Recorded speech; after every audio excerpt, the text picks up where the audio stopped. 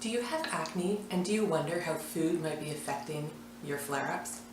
If you want to learn the best and worst foods for acne and how to help use food to help heal your acne, then you want to watch this video. And for more content on how to live a life without acne and how to love the body and skin that you are in, hit the bell icon to be notified when I post a new video every week. If you are dealing with acne that is affecting your confidence, that is showing up on your skin, and it's affecting how you live and present yourself in the world, then you want to find real results. And by the end of this video, you will know exactly what are the best and worst foods that you can eat to help heal your acne and that are going to aggravate your acne. Now, if you are experiencing acne as an adult, then that means that there's some inflammation going on in your body, and your body is ending up reacting to various foods or other products or chemicals that you are ingesting. In order to heal your acne, there are 5 key steps. Today I'm going to focus on steps 1 and 2, and in future videos I will go through the other key steps. The first step is to stop eating the foods that are aggravating your acne flare-ups, that are causing your acne to worsen. The second step is to start healing that irritated gut using foods that are healing and supporting of your gut. The third step is to add in supplements to further the healing process that are really going to skyrocket decreasing the inflammation in your body and skyrocket the healing that your body's going to experience. The fourth step is to address stress and lifestyle factors. Now, if you're in a constant state of stress, or if you experience a lot of stress in your life, then that is not a healing state for your body, and your body cannot heal from acne. And the fifth and final step is to add in probiotic and prebiotic foods to help support the healing environment. Probiotics are the good bacteria that you want to multiply in your gut, as they're the ones that keep you healthy and that help decrease inflammation and help you have a healthy gut lining. The prebiotics are the foods that we eat that then nourish those probiotics to keep them healthy and multiplied. Okay, next, before I get on to the best and worst foods, I want you to make sure that you really understand what's going on with acne and why foods may be irritating your body. Now, as I mentioned at the beginning of this video, when you have acne, it means that there's inflammation going on in your body. And the source of that inflammation is your gut. So our small intestine is there to help move nutrients from our food into our bodies. Our bodies digest those food and break them up into small particles, and then this causes nutrients to break free that then pass through the small intestinal lining and into your general circulation, where they help keep us healthy. Unfortunately, that lining of your gut is prone to being damaged by a variety of different things in our environment. Antibiotics, non-steroidal anti-inflammatories, so drugs like Tylenol and ibuprofen, these irritate your gut lining. Chemicals in the environment that you ingest also irritate your gut lining, as well as different foods such as sugar and processed oils, refined flours. These all irritate your gut lining, things like wheat and gluten, creating holes in your gut lining that then expand and grow and start allowing all sorts of things to get into your general circulation that are not supposed to be there. Part of your gut lining's job is to keep out things like harmful microbes and bacteria and parasites from getting into your general circulation. But when it gets irritated and these holes start to widen and grow, then all sorts of things can start to get in, and this creates a process of inflammation.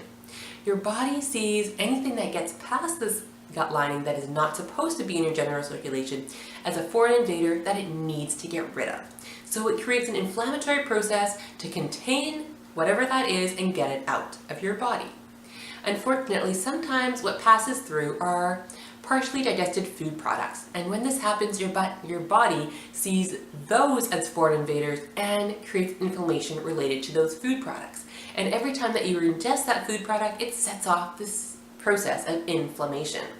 And when there's inflammation, then you start to see the effects in parts of your body. If you are prone and sensitive to acne, then you're going to start seeing the inflammation arise on your skin as those ugly pimples.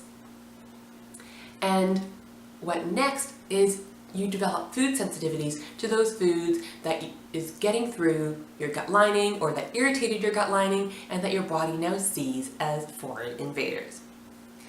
What else is happening is any other toxins that are coming through into your general circulation because they're passing through now this gut lining that has been damaged. Your body needs to get rid of those. And part of the way that it does that is it starts to excrete the toxins through your skin, which can also show up as acne. So this is what's going on inside your body when you're experiencing acne, which is why it's so important to heal up that gut lining using foods and supplements and lifestyle factors so that your body can start to heal itself and stop those acne flare-ups. So in order to start healing acne, you first need to stop eating those irritating foods that are irritating your gut lining or irritating your body and creating inflammation. Now, when you have this, it's called leaky gut, and I have a whole video if you want to learn more about leaky gut and how it happens and everything about it. So watch that video for more information about that. So the healing process is where food comes in. First of all, as I mentioned in step 1, we want to stop those irritating foods. So you want to avoid any foods that you know to be creating inflammation or that could potentially be creating inflammation. So there's a common list of most aggravating foods. These are things like wheat, gluten, dairy, soy, processed oils, refined flours, yeast, peanuts, alcohol, eggs, things like corn and soy, even nightshade vegetables, which are potatoes and eggplants, peppers and tomatoes. And juice and other high fructose foods can also aggravate your gut lining, as well as mushrooms. So there's a lot of foods that you want to avoid for a certain time period while you allow your gut lining to heal, and then you can start testing these foods and seeing if they're still causing reactions within your body. Now, if you hear that list of foods and you're like, oh my god, I don't know what I'm going to eat, you just cut out like 90% of my diet, then I've got you covered. I have a whole video where I go through what are the best foods and ways that you can eat while you're eating this food elimination diet. And it goes through in detail what you can eat for breakfast, for lunch, for dinner, and for snacks, and how to make the food preparation process easy so you don't end up going bonkers. Now I'm going to share with you the most healing foods. So there are a number of healing foods you can also add into your diet that help support your gut lining, help support it grow, and that are also anti-inflammatory. So to start off with is we have greens. The more greens that you can have in your diet, the better. As salads, add them in soups, add them in stir fries, wherever you can, in smoothies are all great options. So things like romaine lettuce, arugula, kale, spinach, bok choy, watercress, and bitters like dandelion are really fantastic for your gut and for healing. Chard, these are all wonderful greens. The next thing is berries. Berries are very anti-inflammatory and they have great antioxidant power that is also very nourishing for your body and for your gut. So whatever berries you can get on hand, frozen is also a great option. So blueberries, strawberries, raspberries, blackberries are all beautiful. And next, onions and garlic, leeks, scallions, anything in that onion family is also going to be very healing to your gut as well. And then there are spices. So turmeric or curcumin and ginger are both very anti-inflammatory, and they're going to decrease the inflammation that your body is experiencing while also providing you really healing to your digestion as well. Cinnamon and cloves and nutmeg also have those similar type of anti-inflammatory properties, and they help provide some sweetness to your meal. So they're also great options. Then there's your root vegetables, things like sweet potatoes and yams and beets and carrots, rutabaga and turnip are all really great. Any type of squash you can find, butternut squash, spaghetti squash, yellow squash, zucchini, acorn squash, pumpkins. And then moving on to soft digestible pulses, so lentils, kidney beans, adzuki beans, and chickpeas, black beans. They're all great options, and now we're getting into things that are providing some more protein. And if you eat grains, there's a lot of non-gluten grains. So it doesn't have to be all about wheat. You can have rice and quinoa and amaranth, as well as buckwheat and teff. So try it out, go to your local health food store and see the different non-gluten grain options there are and test them out and see how you like them. Okay, what else is wonderful in your gut? Fermented foods. Things like sauerkraut and miso are really great because that's starting to provide in some of those probiotic foods that are really fantastic. And adding in seeds and nuts, especially your omega-3 seeds, so ground flax seeds, you really want to make sure that they are ground, otherwise you're not going to get the nutrition from them if you're just eating whole flax seeds. They're just passing through your body and you're not getting any benefit. So ground flax seeds are the highest seed with omega-3s, but you can also find omega-3s in chia seeds and hemp seeds and in walnuts. And what omega-3s is really great for is again decreasing that inflammation and really promoting that healing state. Other great seed options are things like pumpkin seeds and sunflower seeds as well. And we can't forget the wild-caught fish for the anti-inflammatory and for those omega-3 properties. Adding these in are so beneficial. They're so lovely. So things like salmon and herring, halibut and anchovies are some of your best fish with the highest concentration of omega-3s in it, which aids again those anti-inflammatory properties in those omega-3s. Moving on, coconut oil. There's another anti-inflammatory oil. So if you're wanting to use oil, remove all the processed oils like canola and any other vegetable oils and start using coconut oil, olive oil instead, and then flaxseed oil for things like salad dressings.